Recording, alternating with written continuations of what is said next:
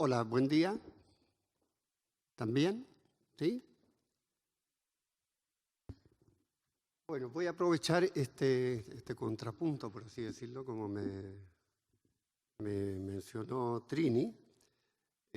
Yo entré a la industria editorial en el año 71 en un proyecto curioso que hoy día ya no existe.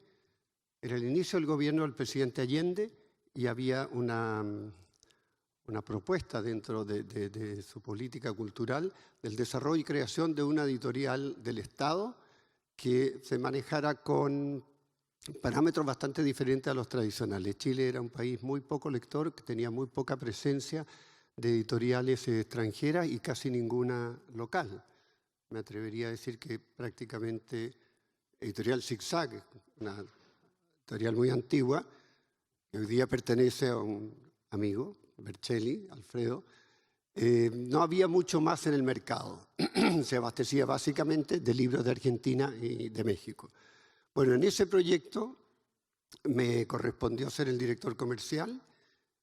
Tuvimos que partir de cero, teníamos una imprenta enorme, llegamos a ser 1.200 trabajadores, lo que en aquella época se llamaba un frente de masa, y con un sindicato muy fuerte, muy grande.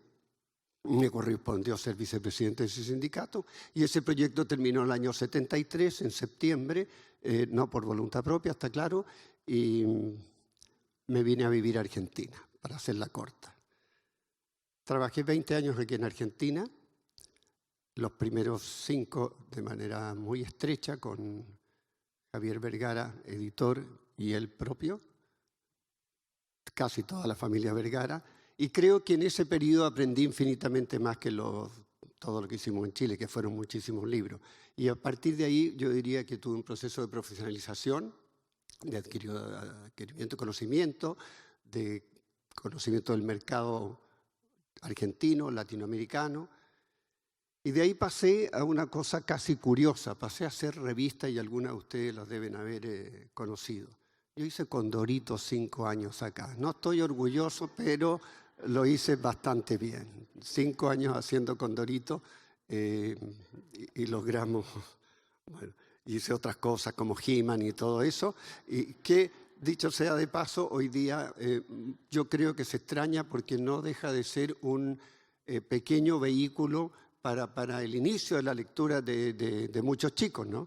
Hoy día la televisión prácticamente ha destrozado el mundo de las editoriales de revistas, de cómics infantiles. Así que creo que fue un aporte, tanto que luego seguí con un socio argentino haciendo lo mismo hasta que fui tentado por Ediciones B. Y trabajé 17 años en Ediciones B, entre Chile y Argentina, y ahí viene un primer contacto con la pauta que tenía. Estando en Ediciones B, se iniciaron las conversaciones para la adquisición o fusión de Javier Vergara Editor, donde yo había trabajado antes, entonces me correspondió ser parte de un muy pequeño equipo, porque éramos 3 los que hicimos la negociación con el intermediario, que era Merchant Bank, y diría que de manera rápida llegamos a un entendimiento, y Ediciones B compró Javier Vergara, que tenía una mucho mayor implantación en América Latina que Ediciones B. Ediciones B tenía casa solo en México y en Argentina, y Javier Vergara tenía México, Venezuela, Colombia, Ecuador, Argentina, Chile, Uruguay. Entonces fue muy, muy conveniente para la expansión de Ediciones B.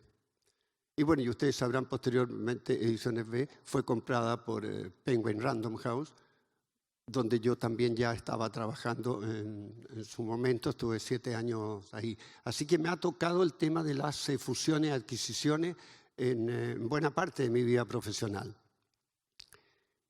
Diría que lo hemos hecho bastante mal en esos procesos. Sí, porque fueron como demasiado espontáneos. Surgió la oportunidad, se iniciaron las conversaciones, pueden haber sido buenos los términos en los cuales se acordaron, pero en términos de recursos humanos, creo que se hicieron sin ninguna experiencia, sin apoyo exterior, por así decirlo, de empresas que conocieran lo que era la integración y fusión de equipos de trabajo de diferentes filosofías, y no fue tan feliz. Creo que cometimos errores, creo que quedamos mal con alguna gente, que perdimos gente que debió haberse quedado, deberíamos haber rajado a algunos que nunca debieron haber estado. Entonces, pero eso lo íbamos haciendo en el día a día, y creo que le faltó profesionalidad a esas primeras.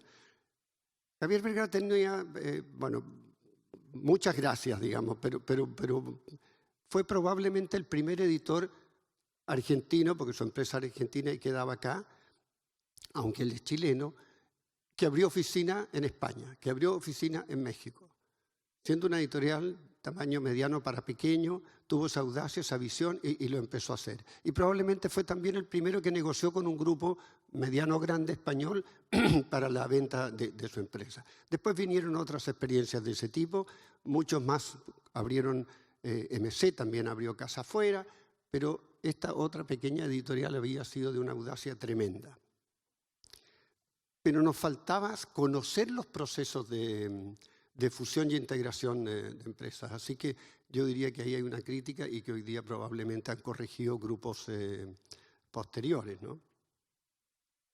Ese fue lo que me tocó en términos concretos de participación. Estando en Random se inició el proceso de adquisición de ediciones generales de Santillana, vale decir Alfaguara y el resto de los sellos, pero yo ya estaba de salida. El grupo Bertelsmann se jubila a los 65 años y yo me veía como de 65, entonces me jubilaron. Y bueno, la jubilación en Chile es una opción que ejerce el empresario. Y cuando se ejerce debe indemnizar como si fuera un despido. Y por lo tanto tiene un lado agradable, digamos, ¿no? Así que, y fue una muy buena cosa porque debo reconocer en Random ese tipo de cuestiones se hacen extraordinariamente bien, no generan conflicto. Pero ahí pasamos rápidamente entonces a otra de las cosas mencionadas. Se empieza a producir un alto grado de concentración. En un país como Chile, que es el que más conozco, junto con Argentina, creo que el grado de participación de estos dos grandes grupos, Penguin Random House y Planeta, ha adquirido niveles en Chile en torno al 60-65% de la facturación. O sea, es muy alto. Y al mismo tiempo hay un alto grado de concentración en los puntos de venta. Hay dos grandes cadenas que deben estar en torno al 50-55% de la venta del libro al público. Entonces hay algún nivel de preocupación para los autores, para los libreros por parte de hacia los editores, pero también hay una tranquilidad de los editores porque la verdad es que las dos grandes cadenas pagan muy bien y en fecha. Y eso no es un detalle menor en un país como Chile que tiene IVA declarado, no IVA escondido, tiene un IVA declarado el 19%, por lo tanto el editor le paga al fisco el 19% de lo que factura probablemente durante todos 3 meses antes de cobrar la primera factura, generándole un problema financiero no menor, sobre todo aquellas editoriales que son más pequeñas y que no tienen caja, por así decirlo, para sostenerse en el tiempo, ¿no? Ahora, no voy a hablar bien de este gobierno, del mío, ¿no? Pero se acaba de preaprobar una ley que obliga a las empresas a pagarle a las pymes, que vendrían a ser las editoriales pequeñas, a 30 días, por ley. Entonces, para ayudar a este descuadre financiero que se produce. De eso estamos contentos. ¿Qué es lo que sucede en un mercado como el chileno y probablemente el argentino? Argentina, para mi gusto, tiene en términos sociales sería una clase media editorial, vale decir editoriales de tamaño pequeño o mediano, que gravitan en términos de facturación y en términos de autores. En Chile yo diría que los escritores chilenos, el 70% estaría entre las 3 grandes editoriales. Estas dos más una local. Eso le da poca oportunidad, pero por otro lado le obliga al editor pequeño a buscar con mucho detalle y sabe que más temprano que tarde ese autor, si es exitoso, va a recibir una oferta bastante más jugosa. Las editoriales transnacionales en Chile son muy serias en términos de contrato, en términos de liquidación de derechos de autor, y en las otras, con todo respeto, es una nube que no se sabe y que vendiste poco, pero ya veré cómo te pago, y en definitiva el autor queda con la sensación de que no le responden. Pero son tantas las ganas por publicar que en definitiva no se preocupan mayormente. Cuando firman su contrato creen que nunca más verán un peso y normalmente es así.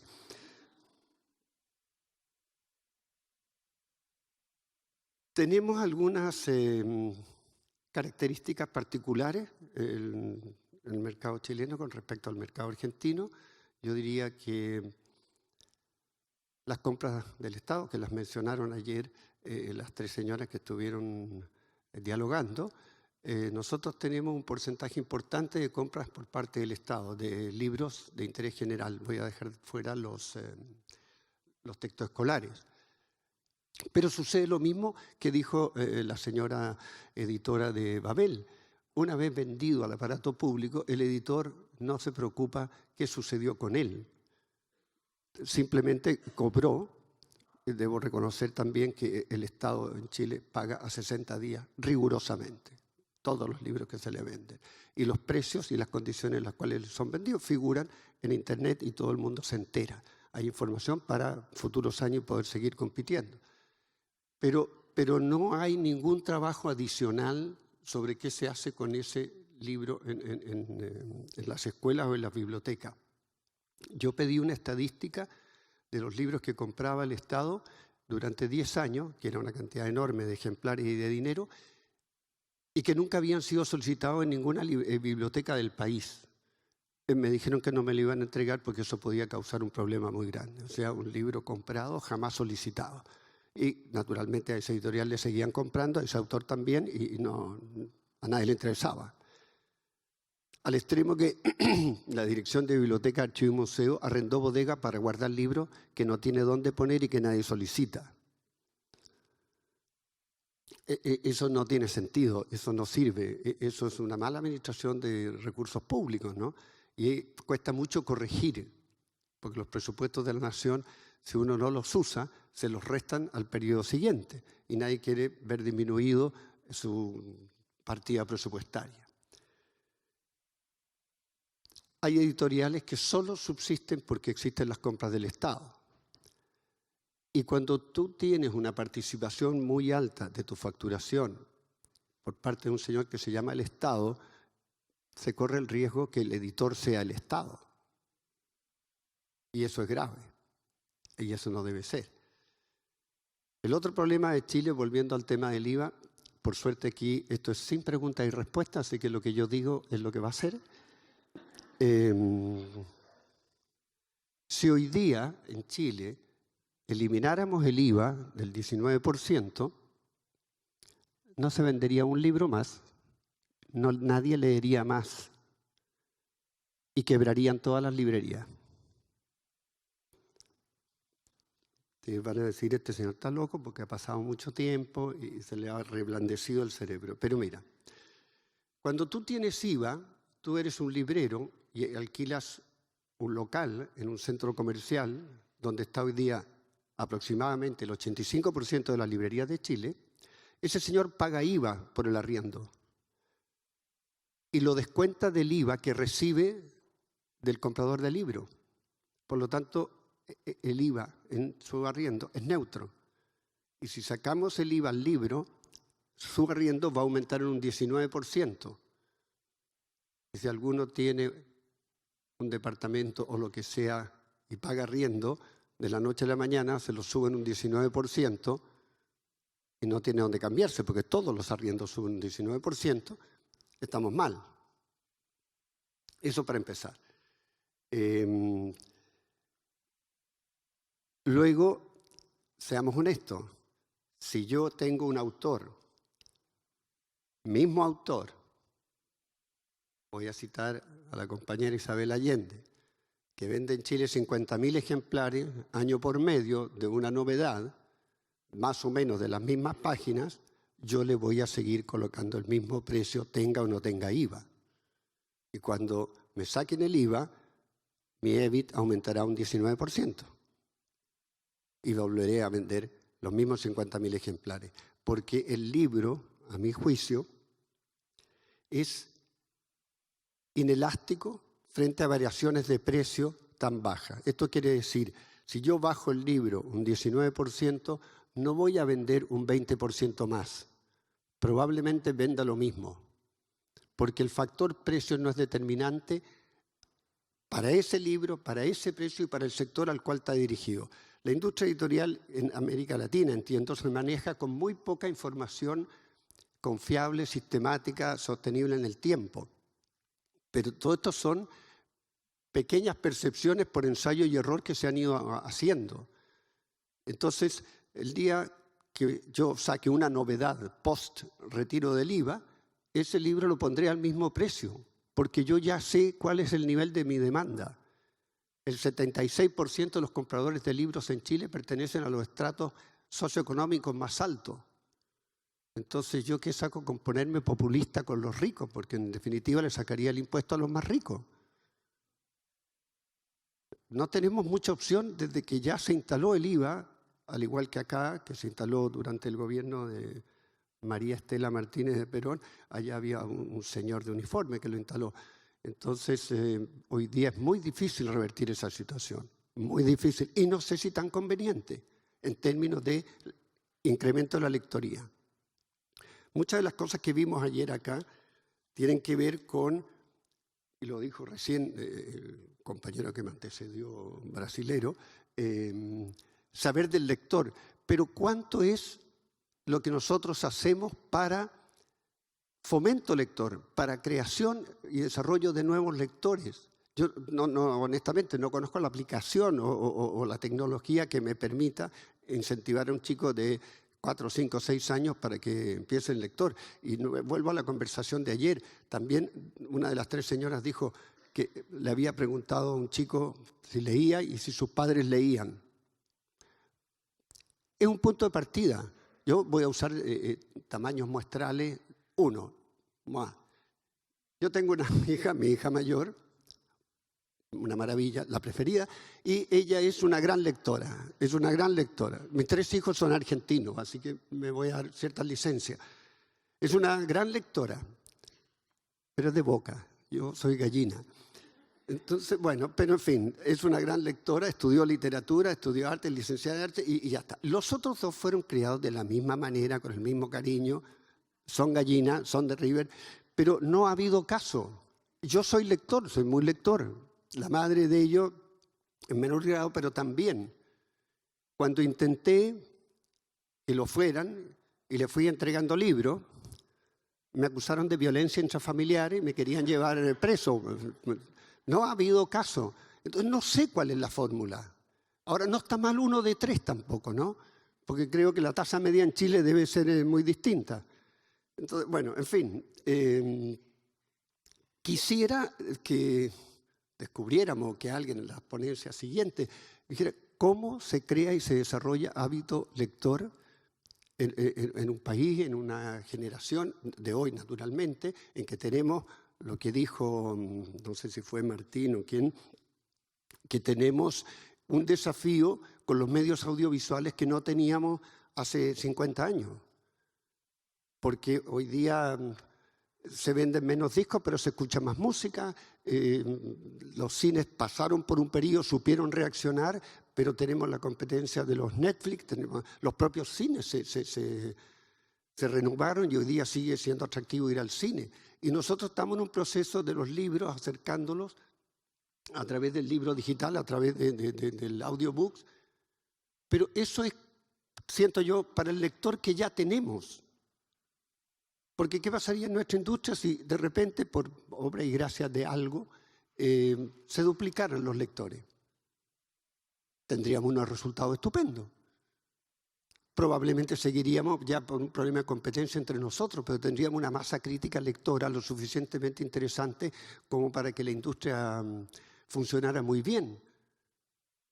También mencionó ayer el tema del desarrollo e instalación de librerías a lo largo del país o de todos los países. Es difícil que vayan a haber librerías donde hay gente que no compra libros. No hay compradores de libros. En muchas ciudades. Quizás la solución viene por el lado de la tecnología. Ahí hay una gran ayuda. Nosotros hemos estado luchando por una biblioteca pública digital en Chile. Hoy día tiene 10.000 títulos, bajadas gratis naturalmente, pero 10.000 títulos no son nada, absolutamente nada. La cadena de librería antártica en Chile tiene 100.000 y ISBN distinto. Entonces estamos a años luz de lo que podría ser, pero ya está la capacidad para hacerlo.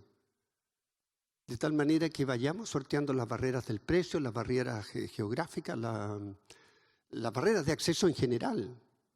Creo que esos son los proyectos que nos podrían ayudar a competir con las otras distracciones o entretenciones que tienen hoy día los jóvenes, los chicos, ¿no? El Estado tiene mucho que hacer ahí.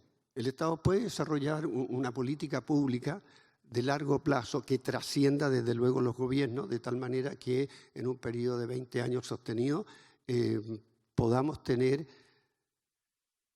una masa lectora que además en el drama de nuestro país, primero que sepan hablar, después las estadísticas nuestras son brutales, o sea, el 80% de los chicos de 12 años que leen no entienden lo que leen. O sea, es un drama realmente. Y esos chicos después no van a poder ser jóvenes universitarios. Si uno les pide que redacten una carta solicitando un empleo a un chico de 18 años, hay que echarlo antes, sin indemnización. No puede ser. Sí. Como estoy de tiempo porque me iban a avisar. Ya. Voy a usar un argumento de un expositor anterior. Hay que abrirse a nuevos paradigmas.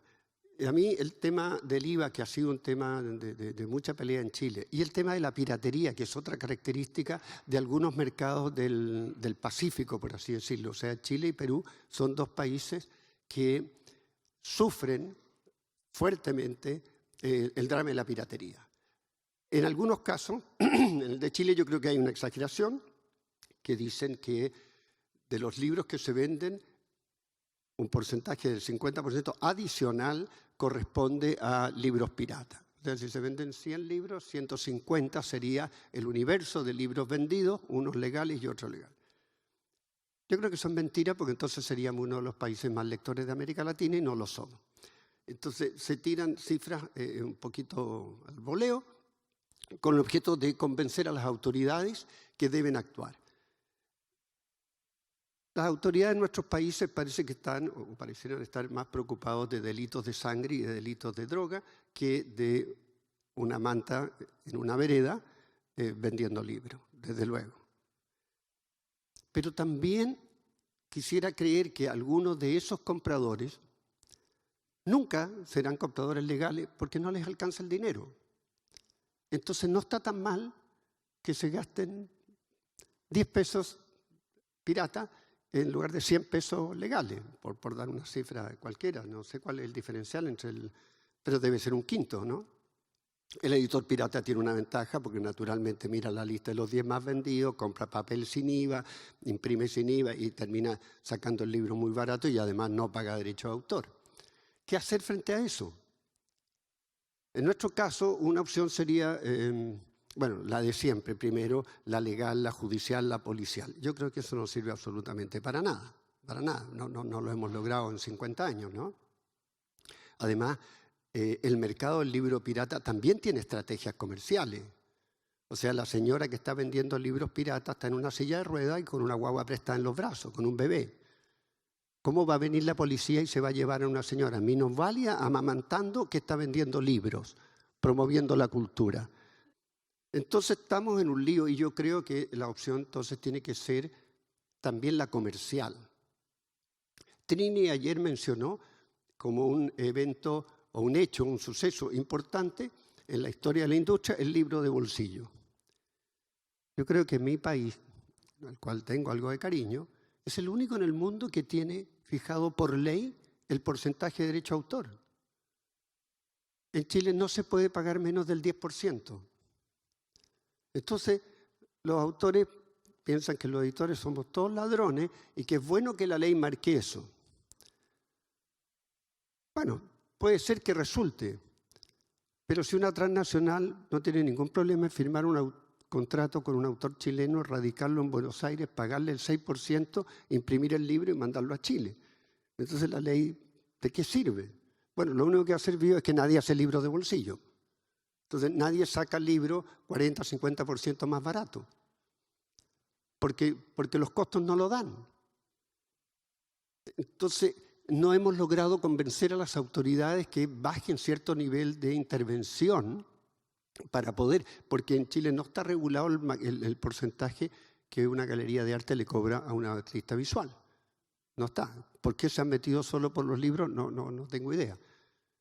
Pero ahí tenemos que hacer algo. En el caso de Perú es mucho más grave porque el nivel de piratería en Perú sí debe estar en el 50 o 60%. No sé si han tenido ustedes oportunidad de ir, pero ustedes pagan en un semáforo y un señor sale adelante, así como los que limpian vidrio, abre su abrigo, nada obsceno, abre su abrigo y muestra una estantería de libros en cada lado y uno le indica y compra ahí. Y es una cantidad enorme, enorme.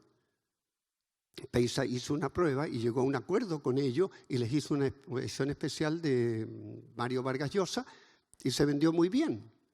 Fue legal. Bueno, hay que... Con el diablo hasta cruzar el puente y después chao. Sí, eso se puede hacer. Eso fue una buena estrategia. Pero de ahí tenemos que ver cómo salimos del tema de la piratería. Va a ser muy difícil si nos limitamos única y exclusivamente a acciones de carácter legal, judicial o policial. Porque como tenemos permanentemente flotando una nube de populismo por América Latina, una vez requisados los libros, aparecen los señores parlamentarios diciendo que los libros deben ser regalados y donados en las escuelas y en la biblioteca. Por lo tanto, vamos a hacer regalos de cuestiones ilegales. Es como si topáramos a unos señores que son falsificadores de dinero y dijimos, bueno, está bien, que vayan a la cana, pero los billetes pásenlo y los hacemos circular. No se puede. Bueno, eso es lo que proponen senadores de la República, ¿no? Nadie quiere destruir un libro, sobre todo en el caso nuestro en Chile, que probablemente en Argentina también tenemos una historia todavía muy reciente de quema de libros. Y la industria, no se dijo acá tampoco, la industria acumula saldos de manera impresionante. Yo hice un trabajo con mis colegas en la Corporación del Libro y la Lectura, en un mercado pequeño como el Chile. La cantidad de ejemplares de títulos descatalogados, vale decir que no existen en las librerías, es de 540.000. Y por esos 540.000, todos los editores están pagando todos los meses bodega. No obtienen ningún rédito y tienen un costo. Yo en Argentina supongo que la cifra será... Esa solución tampoco vi una aplicación que me lo explicara. Bueno, yo soy, se habrán dado cuenta, súper predigital, me gusta el papel impreso, con mucho olor a tinta, y admiro a la gente que hace estas cosas, pero me cuesta entenderlo, ¿no? Ya no me subí a ese carro. Por eso me preocupan los stocks físicos de los libros. ¿Cómo los vamos a resolver? Esa cantidad de ejemplares representan un porcentaje muy alto del beneficio o para disminuir la pérdida de una editorial. Y encuentro que no tienen solución, porque no se pueden donar, no caben en ningún... En Chile son 500 bibliotecas públicas, no caben. Entonces, esto se alimenta mes a mes hay que retirar libros de las librerías. Entonces, tenemos un problema propio de la industria, esos excedentes, tenemos un problema de la industria también que es este IVA, pero en Chile tenemos IVA a todo y el mismo porcentaje. Entonces, cualquier modificación en el IVA al libro, aparte de los daños que yo creo que produce y cero beneficio para la industria, tenemos la gente que se va a levantar y decir, ¿por qué no los medicamentos? ¿Por qué no la leche, el pan, el arroz? Y esa puerta no la ha querido abrir ningún presidente de los decentes que tenemos del año 90 en adelante, porque se le van a filtrar cosas. Los libros no pagan derechos de internación en Chile porque no pagan en ninguna parte del mundo prácticamente. Por lo tanto, llega un camión cargado de libros de Argentina, cruza la cordillera y el vista de aduana le hace siga, siga, porque ya tiene pagado el IVA, ¿no? De importación. Nada más, está todo muy fácil. Pero también vuelve a generarse ahí el problema financiero porque se paga el IVA cuando el libro entra al país y empezamos a venderlo 2 o 3 meses después. Esas son, a mi juicio, las principales características negativas que tiene este mercado en Chile. No sé qué sucede en otros países. No conozco la legislación colombiana que dice ser bastante mejor con respecto al IVA. Yo creo que nosotros vamos a tener IVA siempre, siempre. Se han presentado proyectos y ya sea cualquiera la sensibilidad del gobierno, de izquierda, de centro izquierda, de centro derecha, y hasta ahí nomás lleguemos, nunca han hecho ningún esfuerzo por modificarlo. No quieren abrir la legislación impositiva a excepciones, porque Chile tiene un nivel relativamente razonable de evasión y no quiere correr riesgos. ¿Ya estamos? ¿Cierro? Bueno, agradezco la invitación. A esta altura pensaba que ya nadie me iba a invitar, pero no, lo he pasado bien, me he entretenido, ha sido muy interesante. Ojalá me sigan invitando. No traje PowerPoint, esto es como más un stand-up, así que les agradezco mucho.